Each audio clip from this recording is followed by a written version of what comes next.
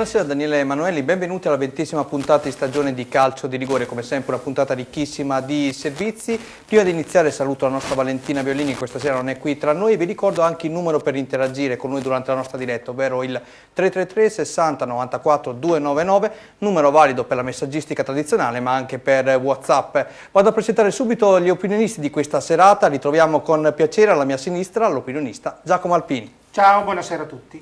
Invece loro sono una coppia che arrivano direttamente da Bologna, una coppia di giornalisti, specifichiamo subito che già guardando male Alessandro, salutiamo e ritroviamo con piacere Mirko Mariotti. Ciao, buonasera a tutti. Coppia di fatto assolutamente no. Attenzione. Nel mezzo c'è l'ospite di questa sera, il difensore della Vis Nuova Feta Calcio, Federico Ceccaroni. Buonasera a tutti. Ciao Federico, grazie. Ciao. E poi andiamo a salutare lui, Alessandro Marzocchi. Ciao. Ciao, buonasera a tutti. Sì, specifichiamo perché insomma, sembra specificato bene anche il cognome, sì. tra l'altro. Allora, siccome che gli argomenti sono tanti, sì, perché il nostro Matteo quest'oggi aveva scritto Marzocco, se non sbaglio, però tu giustamente hai detto è lo stesso, è lo stesso. Salutiamo e ringraziamo. Salutiamo Matteo, ricordo anche Matteo che ci segue sulla nostra diretta Facebook di Calcio di Rigore, ma con l'ausilio della regia andiamo subito a vedere i risultati di eccellenza e la classifica, perché stasera, come dicevo prima, tanta carne al fuoco con tantissimi servizi. Iniziamo bene dall'eccellenza con questi risultati: Alfonsina Argentana 4-0, Progresso Castrocaro 0-1, Real San Lazzaro Faenza 0-2,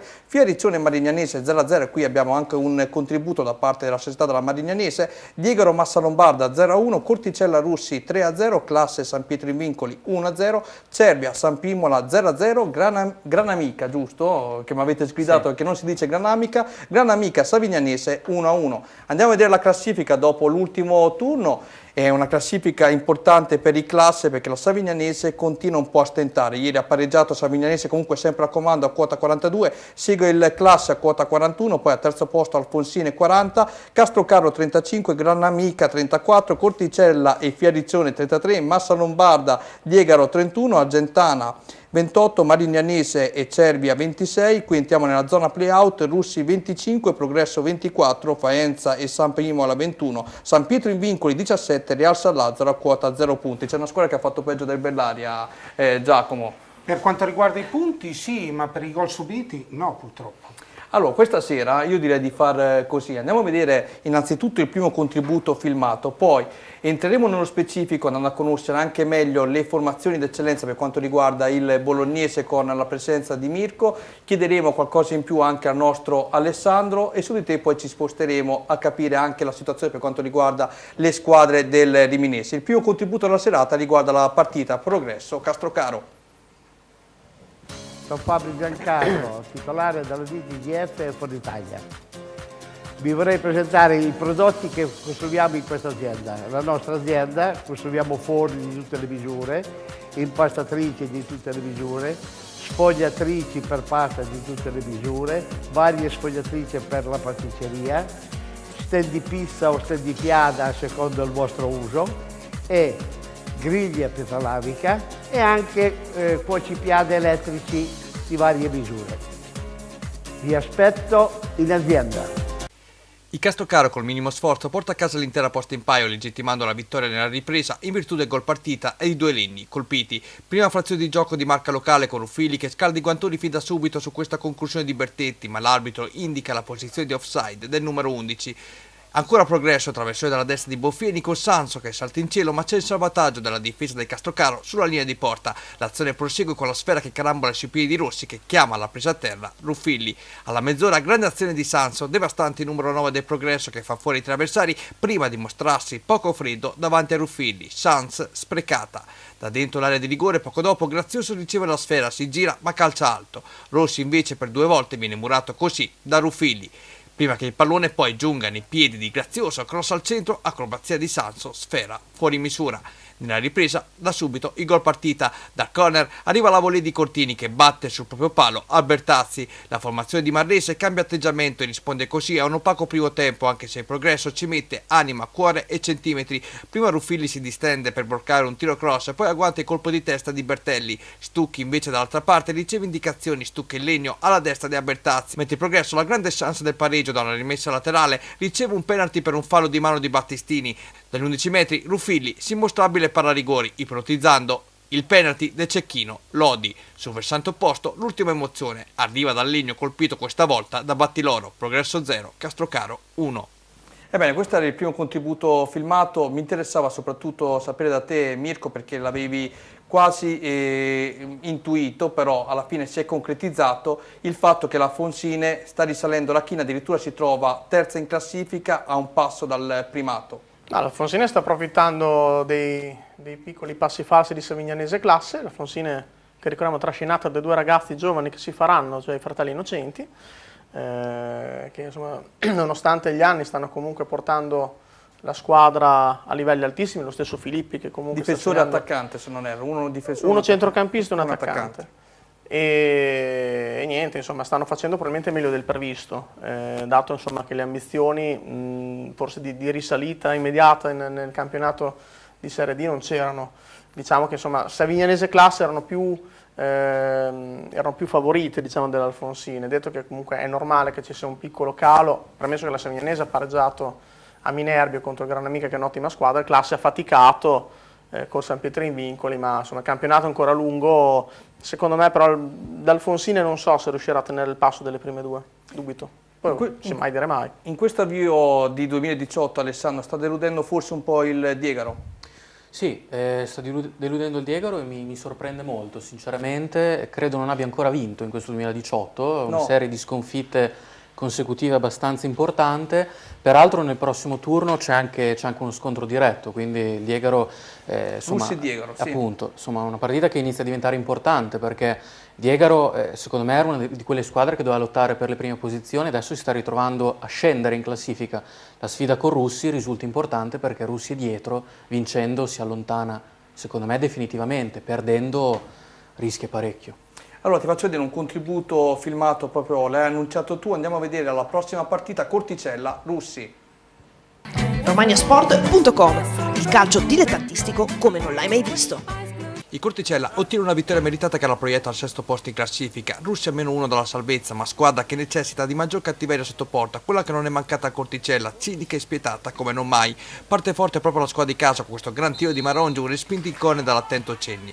La formazione di casa esegue un ottimo pressing che porta i frutti sperati quando arriva il cross dalla destra grazie alla conclusione. Cenni respinge sui piedi di Bertolone, in sospetta forse posizione di fuorigioco, ma non per il direttore di gara che indica il centro del campo. Il Russi risponde con una punizione di Sebastiani non certamente irresistibile che Stanzani blocca non senza patemi. Russi che si proietta nuovamente in avanti, Bini non controlla a dovere, si riscatta parzialmente con questa girata, una comoda chiamata per Stanziani. A inizio ripresa, gran tiro dalla distanza di Marongiu, Cenni respinge sui piedi Obaken che fa 2-0 per i padroni di casa. Russi che a questo punto si proietta dall'altra parte, questo stacco di testa di Vasomini, bloccato in due tempi da Stanzani. Alto colpo di testa poco dopo, questa volta ad opera di Leoni, fuori bersaglio. A questo punto il protagonista del match diventa Grazia, che prima mette i brividi alla porta ospite con questa staffilata alla distanza, poi innesca il terzo gol, quando osserva Ubachente che addomestica la sfera, si accentra e fredda per la terza volta l'incolpevole Cenni. 3-0 Corticella. Ancora Grazia con una sola personale chiama la presa Cenni. Nel finale Ballarini alza la mira da posizione favorevole, mentre poco dopo Cenni chiude la pratica evitando il poker con la collaborazione del palo. Corticella 3, Russi 0. Corticella, Alessandro, che l'avevi detto anche tu nell'ultimo appuntamento dove è stato ospite qui in studio da noi, un campionato importante rispetto alla passata stagione, non ti sorprende questa vittoria interna addirittura per 3-0? No, non mi sorprende assolutamente perché è cambiato l'allenatore, Farneti, sono cambiati i giocatori, sono stati presi i giocatori di categoria, una squadra giovane però con giocatori importanti, Marongiu che comunque ha fatto bene anche ieri, Grazia, che secondo me è assolutamente un valore aggiunto, oltre che la difesa comunque solida, Bevoni, Bertolone che ha fatto gol, quindi non mi sorprende assolutamente, è una squadra che merita di stare in quella posizione di classifica, se la gioca secondo me arrivare tra le prime 6 o 7, quella è la classifica del Corticella, non mi sorprende la vittoria contro i Russi. I Russi purtroppo insomma, fa un altro campionato rispetto al Corticella onestamente. Tra poco voglio andare su Mirko, Federico e Giacomo nell'ordine, ma prima andiamo a vedere il terzo contributo per quanto riguarda l'eccellenza romagnola, San Pietro, classe.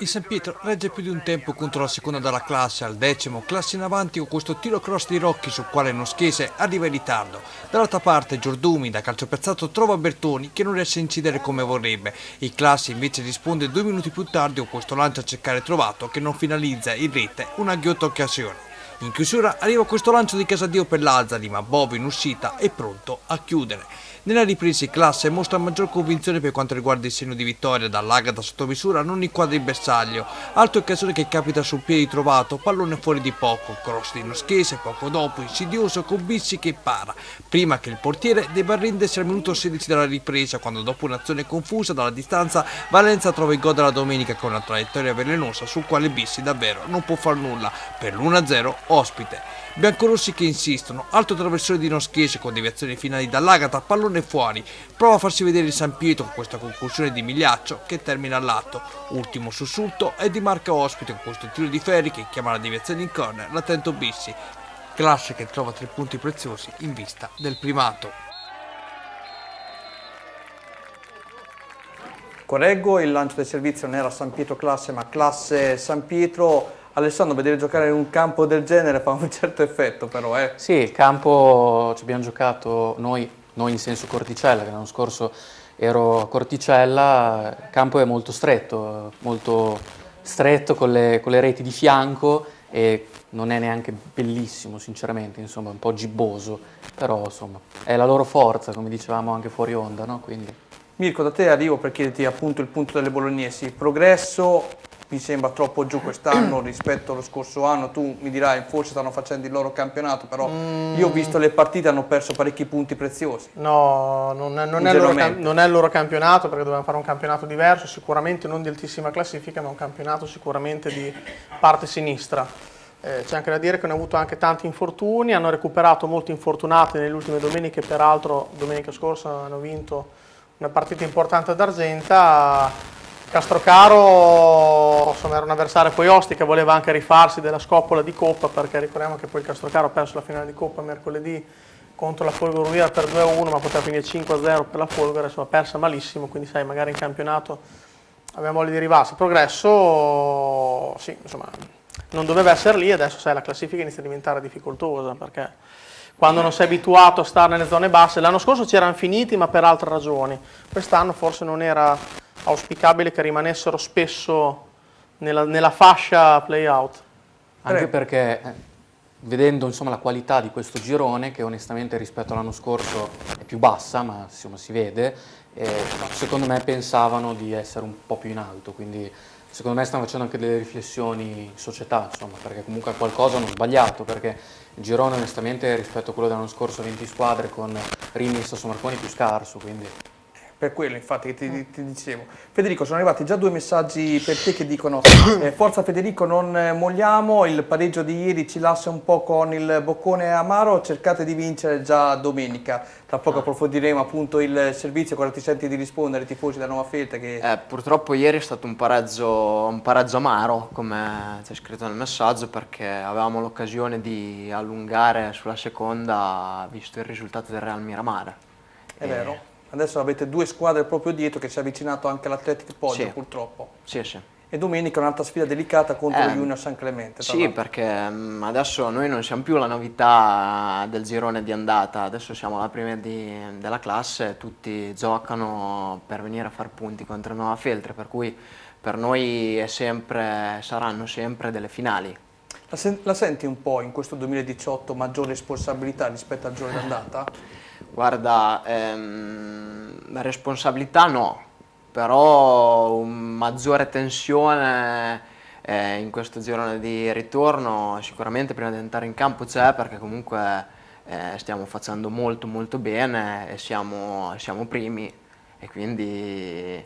Infatti occorre fare anche i complimenti a voi perché siete la vera rivelazione di questo torneo, spesso qualcuno se lo dimentica guardando semplicemente i nomi sulla carta, invece in verità state facendo un ottimo campionato. Sì, sicuramente anche in proiezione di quello che è stato l'anno scorso, perché comunque l'anno scorso ci siamo salvati la penultima giornata, possiamo dirlo, e quest'anno il 99% della squadra è sempre quella e siamo primi, per cui sicuramente siamo la rivelazione del campionato. Mi trovi d'accordo, adesso ti faccio riflettere un attimo, ritorniamo sull'eccellenza. Ti faccio vedere un contributo dato, Stefano, ti prego dalla regia di mandare il contributo della Marignanese, si chiama così il servizio, perché vi faccio vedere questo episodio da Moviola. Ci ha chiesto appunto la società di analizzarlo nel migliore dei modi. Qui siamo al 10° minuto del primo tempo, siamo sullo 0-0. L'arbitro decide di non espellere colui che della Fiariccione commette il fallo sul giocatore della Marignanese lanciato a rete, e per questo episodio hanno protestato tantissimo i dirigenti della Marignanese, sostenendo che per l'appunto potevano giocare la partita 80 minuti con la superiorità numerica. Stefano, ti pregherei di farcelo rivedere all'allentatore se riesci. Sì, esatto, perché... Eccolo qui, viene lanciato. Allora, ditemi o meno se si tratta di ultimo uomo, questo volevano sapere in diretta i dirigenti della Marignanese, e se dunque il difensore in maglia numero 5 della Fiariccione andava espulso. Giacomo, iniziamo da te. A mio avviso l'attaccante della Marignanese allunga un po' troppo le mani, perché se guardiamo prima del contatto ha appoggiato le mani sulle spalle del difensore, gli ha fatto perdere l'equilibrio.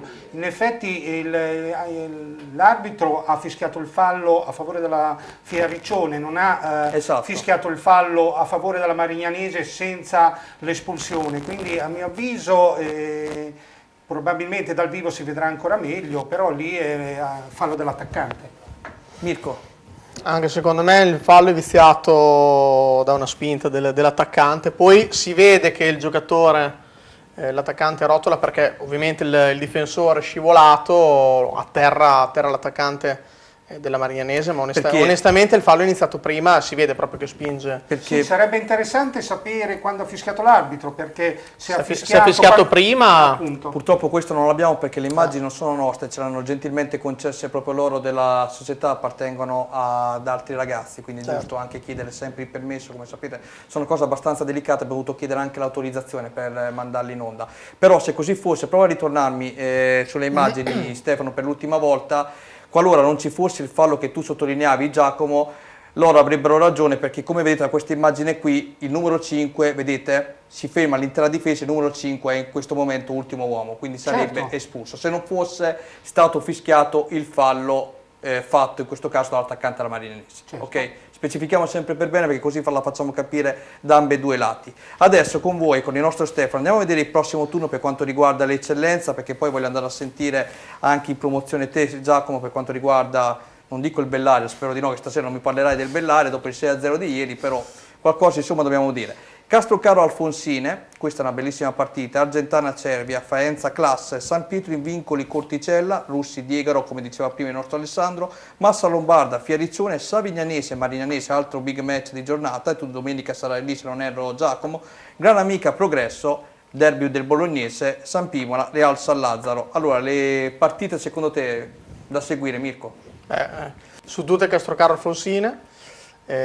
Sicuramente forse l'ultima possibilità per il Castrocaro per agganciare le zone alte della classifica, le zone altissime, e poi vabbè, diciamo che dal Bolognese sicuramente Gran Amica Progresso è una sfida tra due squadre. Il Progresso sicuramente vorrà riscattarsi della sconfitta interna, il Gran Amica chissà provare ancora una rincorsa a un secondo posto che comunque è difficile. Savignanese, Marignanese? No, sicuramente Castrocaro Alfonsine probabilmente è la partita più interessante, ma anche Savignanese e Marignanese, in quanto la Savignanese nelle ultime partite ha perso un po' lo smalto iniziale e soprattutto di fine 2017. Bravo. E la Marignanese invece nelle ultime, quindi nel 2018 ha questo smalto che sta portando a risultati positivi, visto ieri anche il pareggio fuori casa con la Fiariccione. Bravissimo. Adesso andiamo a vedere la promozione, ci spostiamo nella promozione romana, questo è un girone che ti riguarda più da vicino, Giacomo. Questi sono stati i risultati di ieri. Football Cava, Calcio Cotignola, si giocherà il 28. No, si è già giocata, si è giocata ieri sera 1-3. 1-3, bravissimi perché non è aggiornata la schermata. Del Duca Ribelle Giovane Cattolico, questo è il risultato sorpreso di giornata 2-0. Igia Marina Reda 0-2, Gatteo, Ronco Edwards Forlì 0-0, San Pirana Savanna 0-1, Gambettola Savio Calcio 3-1, Pietracuta Stella 3-0, Reno Torconca 1-4, Bellari Igia Marina Topica Coriano, per spirito di solidarietà nei confronti di Giacomo Alpini non lo leggiamo, ve lo facciamo solo vedere. Andiamo a vedere la classifica dopo l'ultimo turno. Questo qui al comando troviamo sempre la Giovane Cattolica, quota 45, più 6 sul Torconca, quota 39, poi troviamo Pietracuta sempre a 39, Calcio Cotignola 37, però non è aggiornata, mi dicevi, quindi Calcio Cotignola sale a 40. Quindi non è aggiornata la classifica. Tropical Coriano 36, Ronco Edoes 35, Reda e Del Duca Ribelle 34, Reno 32, Gambettola 31, Football Cava 29, Stella San Giovanni 26, Gia Marina 25, Savanna 24, San Pirana 24, Savio Calcio 15, Gatteo 11, Bellari Gia Marina 3 punti. Allora, il Gia Marina è stata risucchiata nella zona play-out purtroppo. Sì, le ultime due partite coincidono con 2 sconfitte ed è stata risucchiata nella zona play-out, quindi deve subito dare una scossa a questo campionato, a questo momento delle Gia Marina. Fa grossa fatica a far gol, adesso Bellavista è rientrato, si spera che per quanto riguarda i giocatori di Gavagnin, di mister Gavagnin, che Carestia riprenda la sua vena realizzativa perché ha veramente bisogno di qualcuno che faccia gol. Nelle ultime partite sta realizzando molto poco. Invece qui ti volevo fare un appunto, perché sei stato molto attento per quanto riguarda questo girone. La scorsa settimana avevi fatto i complimenti in diretta al tecnico del Cotignola con la partita giocata ieri sera, hanno vinto 3-1, sono secondi in classifica a quota 40, quindi a questo punto a meno 5 dal Giovane Cattolica. Sì, si è riaperto in parte il campionato perché il Giovane Cattolica si è acceso un campanello. Settimana scorsa contro il fanalino di coda Bellari ha dovuto aspettare la seconda metà del secondo tempo per portare a casa i 3 punti e quindi era già sorprendente. Ieri c'è stata questa sconfitta, è vero, il Del Duca negli ultimi 2 turni ha sconfitto Torconca e Giovane Cattolica, quindi complimenti al calcio del Duca che sta vivendo un momento di forma eccezionale. Invece altri complimenti che hai fatto sempre in diretta sono stati quelli inerenti al Pietracuta. Ieri è successo anche un episodio particolare purtroppo nella partita contro la Stella, purtroppo e fortunatamente è finito bene. Sì, un brutto episodio che però è andato a finire bene. Il difensore della Stella Bortolucci ha avuto uno scontro aereo, è stato subito soccorso e c'è stato pure l'elio soccorso, quindi un elicottero è calato sul campo da gioco, l'ha prelevato, l'ha portato al Bufalini, Sì, dopo una serie di abbiamo capito che l'hanno se vuoi ti dico anche il numero della camera, sapevo anche però so che è andato tutto bene, gli esami, gli accertamenti sono tutti positivi, in bocca al lupo, riprenditi al più presto e ti aspettiamo sul campo. Bravissima, ci associamo anche noi, in bocca al lupo, però ti faccio dire una cosa che so che ci tenevi tanto, non sul Bellario ovviamente, Del Duca Ribelle Giovane Cattolica, prima a telecamere spente mi dicevi, ma il Del Duca l'ho visto giocare parecchie volte quest'anno, vincere contro il Giovane Cattolica ha fatto un bel colpo di giornata. Sì, soprattutto come dicevo prima, perché settimana scorsa ha battuto anche il Torconca, esatto. Quindi si è confermato l'esploit di settimana scorsa. Però, ripeto, per me è un campanello d'allarme per mister Giorgi, perché nelle ultime 2 partite è vero che ha battuto il Bellaria con fatica e ieri ha avuto una sconfitta, quindi mister Giorgi ha ancora un bel margine perché 5 punti non sono pochi, però deve subito proporre rimedio a questo periodo. Ok, tra poco voglio sentire anche Mirko e il nostro Alessandro, lanciamo il servizio inerente alla partita che tu hai ripreso tra Bellaria e Tropical Coriano. Forno d'Asolo, per il tuo ordine contatta l'agente Andrea Parlani al 342 004 5098. Il Coriano rifila 6 gol al Bellaria, centrando anche Trellini. La squadra adriatica viaggia a una media di 5 reti a partita dall'avvento del nuovo anno, sono infatti 20 le reti incassate. La gara inizia subito con il marchio ospite, Vitaioli centra la traversa da calcio piazzato prima che Montebelli, con un'azione di forza e con la complicità anche del portiere di casa, trovi il pertugio giusto per l'1-0. Il raddoppio non tarda ad arrivare, Franca sulla destra va via anche lui di forza e infila nell'angolo alla propria sinistra l'estremo Pasini per il 2-0. Il Trisia invece dà applauso e giunge 3 minuti più tardi con uno scavetto dalla distanza. Vitaioli inventa il gol della domenica cogliendo Pasini preparato e leggermente avanti. Primo sussulto bellariese con questo colpo di testa di Chiussi su assist di Magnani, bloccato senza problemi dagli Ardini. Sarà l'unica parata del portiere ospite. Alla mezz'ora ancora Vitaioli centra la doppietta incuniandosi in area avversaria, battendo nuovamente questa volta l'incolpevole Pasini. Siamo su 4-0. Ci sarebbe gloria anche per Ricci se non fosse per Pasini che blocca da posizione ravvicinata il tentativo del numero 4. In chiusura di tempo lo stesso Ricci chiama la respinta di piede Pasini. Sul proseguimento dell'azione Ricci serve Vitaioli che dall'altra parte chiama Pasini all'intervento.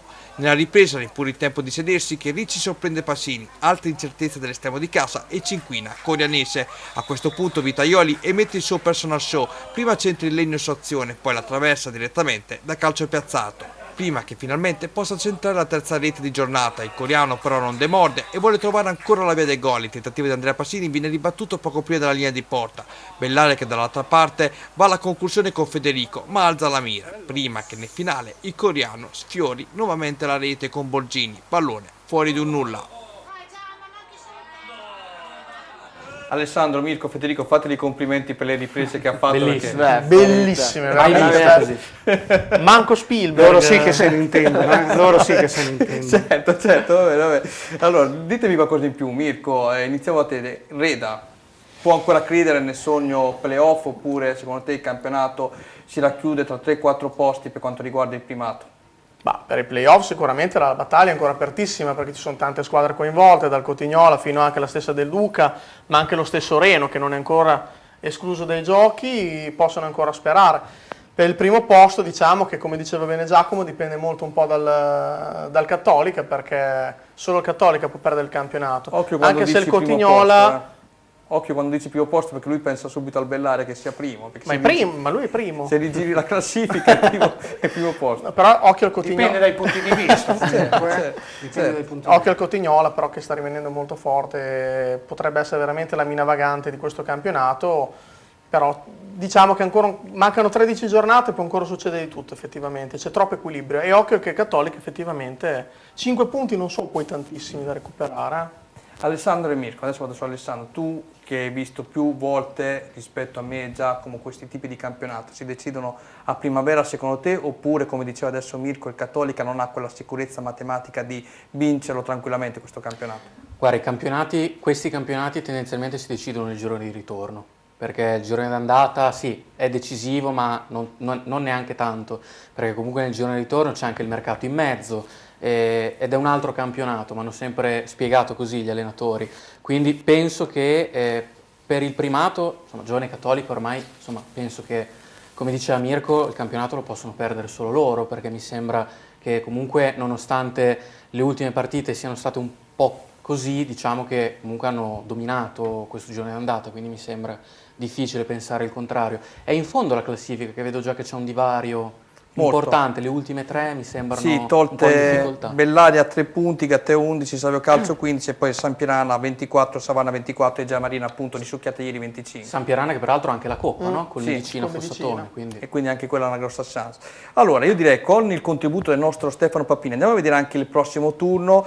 Ovviamente iniziamo dalla partita che riguarda da vicino, se lo vuoi dire dopo Giacomo te lo faccio dire, Bellaria Giamarina del Duca Ribelle, Ronco Edelweiss Forlì Football Cava, Torconca Gambettola, Savio Calcio Gatteo, Savanni Giamarina, Reda Pietracuta, Giovane Cattolica Reno, Calcio Cotignola Sampierana, Tropical Coriano Stella San Giovanni. La notizia ufficiale è che Alpini non sarà a riprendere il Bellaria domenica prossima, qui potete stare tranquilli cari tifosi, prego. No, io volevo dire, sottolineare e rafforzare quello che ha appena detto Mirko, perché il prossimo turno è fondamentale. Il Reda e il Reno hanno degli scontri diretti che possono rimetterli ancora in gioco.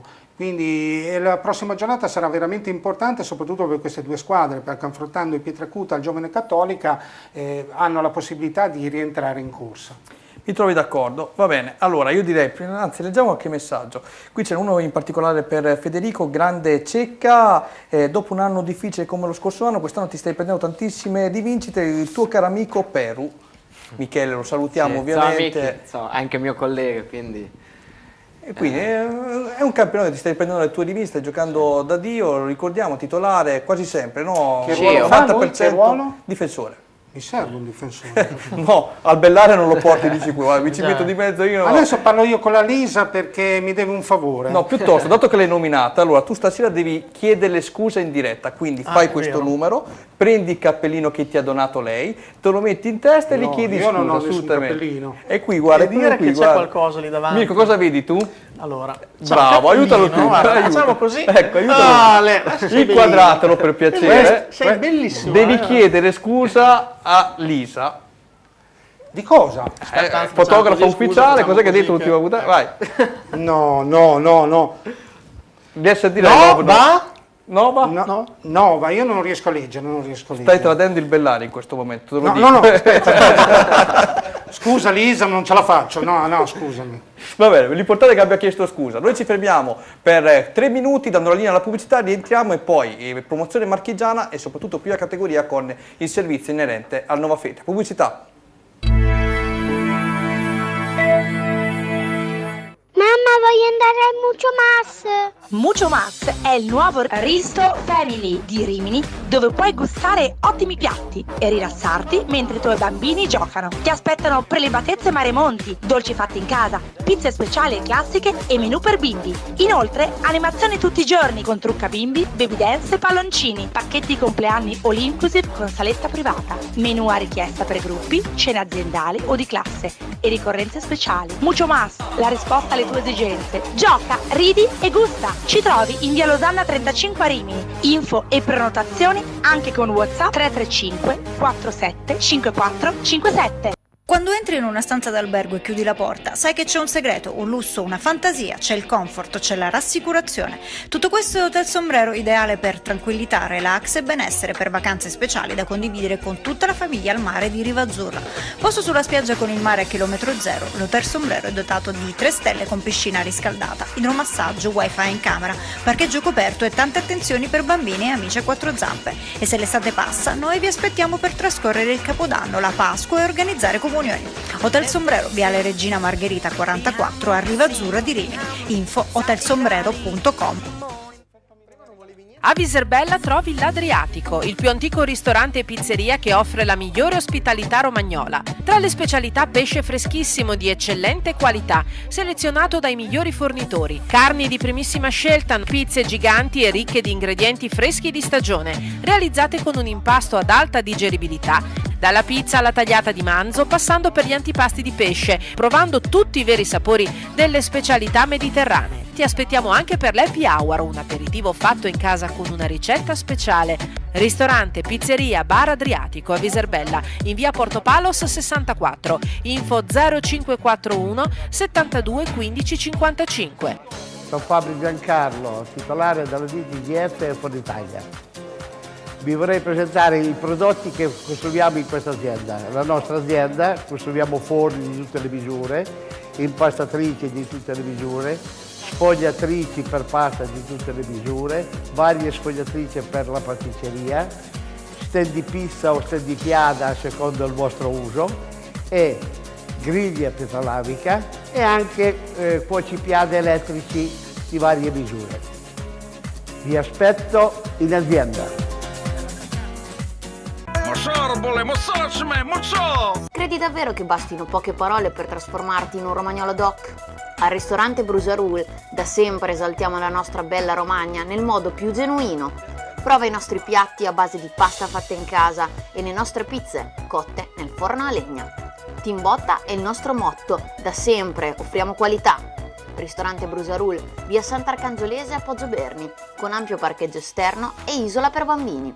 Info 0541 68 81 80 o bruserul.com.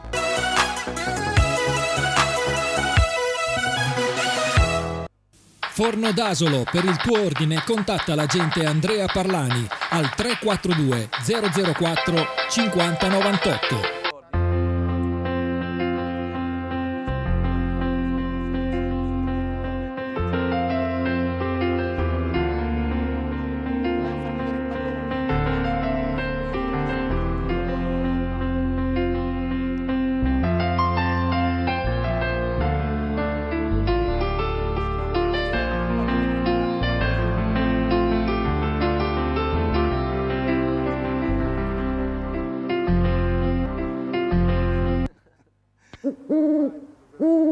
Al ristorante Pizzeria Al Gufo ti aspettano a pranzo e a cena i sapori della tradizione italiana. Al Gufo si possono assaporare menù di carne e pesce, ottimi vini e una pizza altamente digeribile grazie alla lunga lievitazione naturale con impasto anche al camut e 7 cereali. Poi la tipica cucina romagnola con la pasta fatta in casa. Che bontà! L'accoglienza e l'eleganza del locale mostra riguardo per tutti i tipi di clientela, ideale per organizzare cene aziendali. La cucina e la pizzeria lavorano anche da trasporto, mentre su prenotazione menù di crudità e per celiaci. Ristorante Al Gufo, via Losanna 44, Miramare di Rimini, di fronte a Aeroporto Fellini.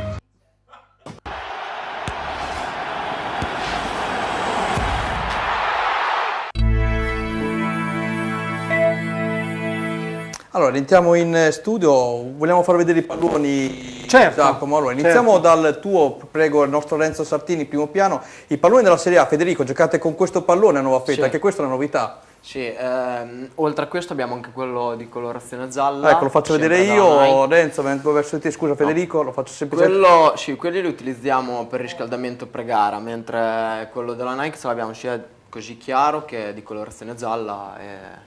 Rispetto a tanti altri palloni si calzano molto bene, poi dopo i piedi sono quelli che sono, però... Quello giallo è utile anche in caso di neve, secondo me. Però la Lisa mi aveva promesso il pallone della Serie A, non solo la berretta. Attenzione che già ti ha fatto mettere la berretta, la prossima volta non ti vorrei vedere in mutande qui in diretta, attenzione. Federico, però avete lanciato anche una moda con questi palloni della Nike, parecchie squadre vi hanno copiato, anche delle categorie superiori da quello che ho visto. Penso di sì, non lo so, io alla domenica penso giocare, poi dopo... Però è un bel pallone, è un bel a vedersi, tutto fa immagine ovviamente, anche a questi livelli. Adesso andiamo a vedere la promozione marchigiana con i risultati, perché ci sono un po' di novità che tu dovrai dire, soprattutto alcune curiosità che ti ha svelato anche il nostro Renzo Baldisselli. Questi risultati: Osimana Camerino 0-1, Nuova Real Metauro Senigallia 0-2, Moia Vallesina Filotranese 1-1, Villa Musone Laurentina 0-1, Valfoglia Mondolfo 2-1. Qui cosa è successo? L'attaccante del Mondolfo ha sbagliato 2 rigori. Ha fatto il gol del 2-1, però ha sbagliato 2 rigori, poteva fare tripletta. Bravo, si chiama Messina. Gabice Gradara, Passatempese 1-3, Cantiano Calcio, Porto Recanati 1-2, Olimpia Marzocca, Sassoferrato 0-2, Olimpia Marzocca che da stasera è la squadra di Alessandro Marzocchi. Andiamo a vedere adesso la classifica dopo l'ultimo turno. Sassoferrato al comando a quota 35 punti, segue la Filotranese a 31, Porto Recanati, Valfoglia 29, Mondolfo 28, Senigallia, Olimpia Marzocca 27, Camerino 25, Gabice Gradara purtroppo 24 punti, nono posto in classifica, Villa Musone 21, Simana e Passatempese 20, Cantiano Calcio 19, Laurentina 18, Moia Vallesina 12, Nuova Real Metauro 10 punti. Come commentiamo questa sconfitta del Gabice, caro Giacomo? Purtroppo un periodo molto negativo. Dal 23 di dicembre 6 partite, 2 punti, 12 gol subiti, forse c'è qualcosa che non va, bisogna che il mister cominci veramente a cambiare qualcosa. È vero che magari le prime partite mancavano gli attaccanti, soprattutto quando sono stati fatto il turno di recupero, però in questo momento rischia molto il Gabice Gradara, anche perché è a solo 4 punti dalla zona play-out, quindi deve cercare veramente di ribaltare completamente questo periodo. Andiamo a vedere proprio il servizio, il contributo filmato dalla nostra Veronica Lisotti tra Gabice Gradara e Passatempese. Voglia di riscatto dopo 2 punti nelle ultime 5 gare, ma al Magi Gabice Gradara soccombe sotto i colpi della Passatempese. Partita ostica e vara di emozione in cui i rossoblù provano a riprendere la contesa ma senza successo. Autograssi, Pratelli e Palazzi squalificato. Mister Barattini ritrova Sabatini, Arduino e Costa ma non basta. Poche le idee e le soluzioni, un momento di flessione che il tecnico rossoblù commenta così. La poca serenità che abbiamo in questo momento ovviamente non ci ha aiutato per niente. È vero che gli episodi purtroppo ci condannano, prendiamo gol al 46esimo sempre del primo tempo, al 45esimo, ma nonostante tutto siamo riusciti a pareggiarla, poi dopo un autogol purtroppo può capitare anche quello. Poche fiammate nei primi 45 minuti, i gialloblu si fanno vedere al 21esimo con Madonna, risposta locale alla mezz'ora, punizione di Costa, Rossi spizza di un soffio out. Ancora Galletti in avanti al 37esimo con Capitan Maraschio che sorvola l'incrocio dei pali. Preludio al gol che arriva al 44esimo ad opera di Staffolani, troppo morbida la retroguardia adriatica e si va così negli spogliatoi. Ripresa più vivace, al nono giunge il pareggio, Santucci sul secondo paro per il drop di Rossi, 1-1. 4 giri di lancetta più tardi e la Passatempese passa, Costa nel tentativo di ostacolare Nemo in sacca nella propria porta. Lo stesso Costa al 17esimo sfiora il 7, ma al 24esimo pronta risposta degli anconetani con Nemo per Staffolani che colpisce il montante. Al 30esimo la Passatempese centra però il bersaglio ad opera dello stesso Staffolani, lasciatelo libero in area di colpire a rete. La reazione dei locali è affidata a Santucci, sfera sul fondo.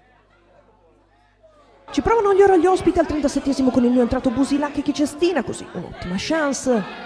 Al 38esimo ancora Santucci a creare grattacapi tra le maglie anconetane, ma il suo tentativo si spegne addosso di Chiara. Lo stesso numero 7 Adriatico conquista al 40esimo un penalty affrontato in area da Di Chiara. Dagli 11 metri si presenta Muratori che rompe così il digiuno. Ultimo sussulto prima del triplice fischio finale, Gabice che la darà 2, passatempese 3. Non sono riuscito. Forse oltre agli attaccanti c'è qualche meccanismo da regolare dietro in difesa, soprattutto per i Gabice. Sì, ieri ho visto dalle immagini che si sono viste molti errori.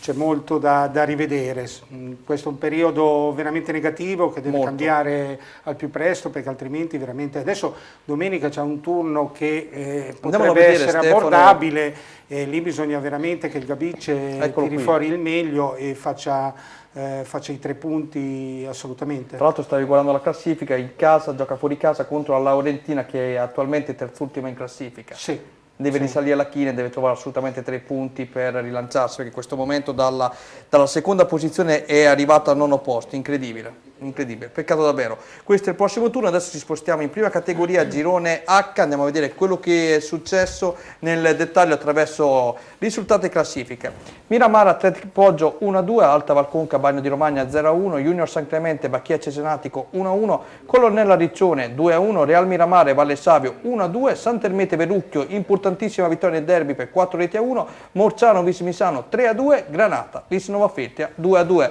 Andiamo a vedere la classifica, il Nova Feltria continua a comandare al primo posto ovviamente con la quota 35, segue Real Miramare, Atletico Poggio a 33, Morciano 30, Sant'Ermete 28, Valle Savio 25, Vismisano 24, Riccione 22, Alta Valconca 21, Verrucchio 20, Granata 18, Bacchia Cesenatico 16, Bagno di Romagna 15, Miramare 14, Colonnella 12, che tra l'altro ieri è riuscita a vincere, Junior San Clemente 11 punti.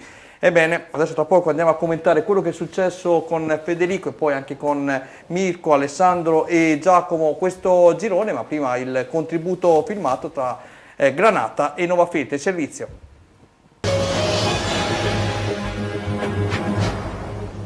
Impresa del Granata che rimonta 2 reti a Nova Feltria e ferma la capolista sul pari per 2-2. I gialloblu di Achille Fabbri avevano subito 2 reti in una sola partita la 4ª giornata quando furono sconfitti in casa 2-1 dal Miramare. Gara vivace dalle prime battute ma mancano le occasioni. I locali partono in attacco con Foschi e Amaducci, bravi a seminare scompiglio sulla fascia destra, mentre Nova Feltria si affida spesso al lancio lungo di Rinaldi per la sponda di Francesco Baldini. Lo stesso Di Muro, tra i peggiori in campo, si era complicato la vita in uscita, tocco di pugno sul lancio su punizione di Rinaldi a centrocampo con la palla che va pericolosamente all'indietro e l'estremo difensore che si salva in 3 tempi. Di Muro è il protagonista negativo anche al 22esimo quando va a caccia di farfalle in uscita su un traversone alto. Gori non approfitta della posizione defilata, calcia alto di destra dopo aver stoppato il pallone. In Nova Feltria rompe gli equilibri al 28esimo sul gentile omaggio della difesa avversaria. L'ennesima punizione battuta dalla 3 quarti di Rinaldi è avvelenata. Un giocatore dei Granata di testa si trasforma in attaccante e prolunga la traiettoria, servendo a Gabriele Raffaelli la più comoda delle occasioni. Il difensore con grande opportunismo infila di sinistro Di Muro. Con il gol di vantaggio la squadra ospite gestisce il possesso palla ma rischia al 39esimo quando Foschi ruba palla a Fattori sulla destra e crossa la sotterra, però non trova Mancini pronto alla deviazione da posizione favorevole. È la volta di Gori che viene servito sul lato sinistro, parte la sua conclusione di piatto ma Di Muro questa volta ci mette una pezza.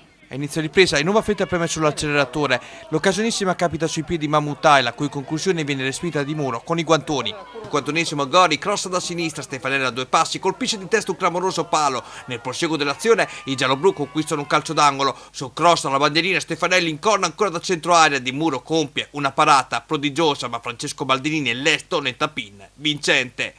Il Granata sembra tappeto ma rientra in partita al 62esimo, Mastria entra in area e viene letteralmente facciato da Fattori che rischia il rosso per il duro intervento e rigore che Mancini trasforma nonostante Semprini intuisca il tiro a mezza altezza che si infila alla destra del portiere. Al 90esimo il colpo di testa al lato di Milzoni manda un avvertimento a Nova Feltria ma la squadra riminese non lo recepisce. 2 minuti dopo Mastria si gira e lancia lungo, la sponda di un giocatore del Granata trova il neoentrato Pagliarani completamente libero davanti a Semprini, il sinistro sporco è imprendibile.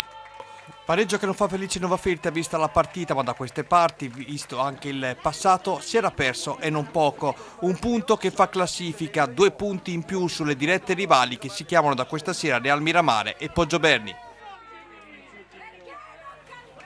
sulla paura delle concorrenti, l'hai già detto tu, sulla responsabilità hai già risposto.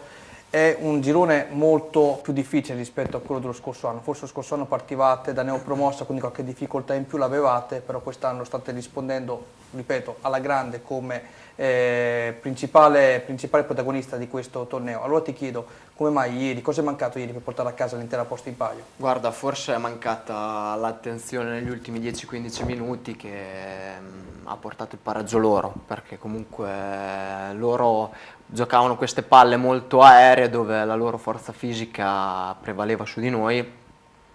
Non siamo stati bravi a non fargli fare le punizioni dalla tre quarti, buttare dentro questi palloni, infatti da una palla dalla tre quarti su una spizzata non siamo stati bravi a dare le coperture, hanno fatto il 2-2. È un campo maledetto quello per il Nova Fete, vedendo anche il passato, quello che è successo anche lo scorso anno, no? Sì, purtroppo il campo di Villalta, a parte un'occasione dove c'è stato un infarto per uno spettatore e la partita è stata sospesa, abbiamo sempre pareggiato allo scadere in quel campo, per cui diciamo che è la maledizione del campo, dai. Senti, per quanto riguarda il campionato, ci sono tantissimi derby anche con il Santermete e col Verrucchio, quello penso per te che sei proprio nativo della Valmarecchia sia un derby molto, molto sentito. Quest'anno vi siete tolte parecchie soddisfazioni rispetto all'anno prima, no?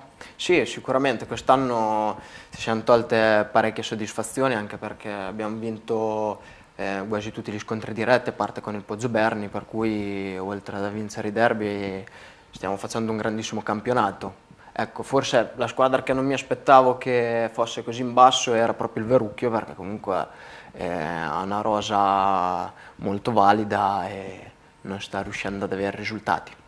Quest'anno siete molto migliorati anche per quanto riguarda, a parte ieri come hai detto tu, l'attenzione, le sconfitte sono molto molto minori, sono solamente 2, tra l'altro una purtroppo persa nel derby con i Poggioberni, però ricordiamo a livello di statistiche dopo 5 derby giocati tra l'anno scorso e quest'anno hanno vinto finalmente uno anche loro. Sì, sì, questo è vero. Quest'anno sicuramente a fronte della maggiore maturità del campionato la nostra grande forza è l'attenzione nei 90 minuti, quello sicuramente. Ti ho preparato una sorpresa con il nostro regista Stefano Papini, riesci a mandarmi il file che si chiama proprio Ceccaroni, eccolo qui. Allora andiamo a vedere qui le foto, perché è un po' la tua crescita professionale a livello calcistico. Sì, anche i cappelli. Fellaini, quelli. I cappelli. Assomigli più a Fellaini. Lì con i capelli ricci quanti anni avevi? 16-17 anni, era la prima volta che giocavo in prima squadra Nova Feltre, quando c'era il mister Bianchi che mi ha fatto debuttare. E la foto dove ho i capelli più corti è stato l'anno dell'unione tra Nova Feltre Calcio e il Secchiano Calcio. Ecco, fermati un attimo qui perché ti volevo, siccome che i dirigenti ci tengono anche della vecchia società, ci tenevano a ribadire anche un concetto che forse l'altra volta non è stato molto chiaro qui in trasmissione. Hai ricevuto per l'appunto i complimenti anche di Bianchi che ti riporti il tecnico De Colonnella dicendo che sei uno dei suoi pupilli, però magari vuoi ringraziare anche qualcuno con il quale sei nato anni fa, tipo Maurizio Crociani, Raffaelli, così, magari salutiamo. Sicuramente saluto Mauri, saluto Raffaelli e Andrea, che sono le persone che mi hanno portato a giocare a Nova Feltria. Sicuramente la passione di mio nonno che mi ha fatto andare al campo, quello sicuramente, però l'amore per questa maglia è dovuta soprattutto a quelle persone lì. E ricordiamo che proprio con il presidente Turone è stato vinto il penultimo campionato tantissimi anni fa, con le statistiche collezionate anche dal papà tifosissimo del Nova Feltre, quindi ci tengono in particolar modo in famiglia. Quindi è un onore maggiore per te rappresentare in questo momento il Nova Feltre Calcio, no? Proprio una questione di famiglia, diciamo. Mettiamola così, sì, mettiamola così. Bene, andiamo a vedere il prossimo turno per quanto riguarda la prima categoria, perché c'erano delle sfide interessanti: Alta Valconca Colonnella, Riccione Granata, Vis Nova Feltre, Junior San Clemente, per l'appunto la sfida che riguarda da vicino il nostro Federico, Bacchia Cesenatico, Miramare, Atletic Poggio, Morciano Calcio, questo è il big match sicuramente, Vis Misano, Real Miramare, altro big match, Valle Savio, Santermete, Bagno di Romagna, Verrucchio. Ebbene, siamo in conclusione. Santermete del presidente Martino. Vuoi dirmi qualcosa? Ti sta sorprendendo? Sta facendo benissimo, dato che insomma l'anno scorso mi ha un po' deluso, Sta un po' migliorando, diciamo così, non sei d'accordo? No, può dare ancora di più, può fare ancora di più e domenica ha la possibilità di veramente di fare il salto di qualità. Se vince sì. Se vince sì. Allora, siamo in dirittura d'arrivo, rimanete con noi, tutto sul Rimini Calcio in Sport Up con l'ospite, il neoacquisto Stefano Capellupo. Ringrazio Giacomo Alpini. Grazie Daniele, ciao a tutti. Ringrazio Mirko Mariotti che ritroveremo tra poco. Ciao a tutti. Grazie a te Federico Ceccaroli, difensore del Nuova Feta Calcio. Grazie, buonasera a tutti. E ringrazio infine Alessandro Mazzocchi che ritroviamo tra poco in Sport Up. Grazie, a tra poco. Noi ci vediamo tra poco con Sport Up, grazie ancora.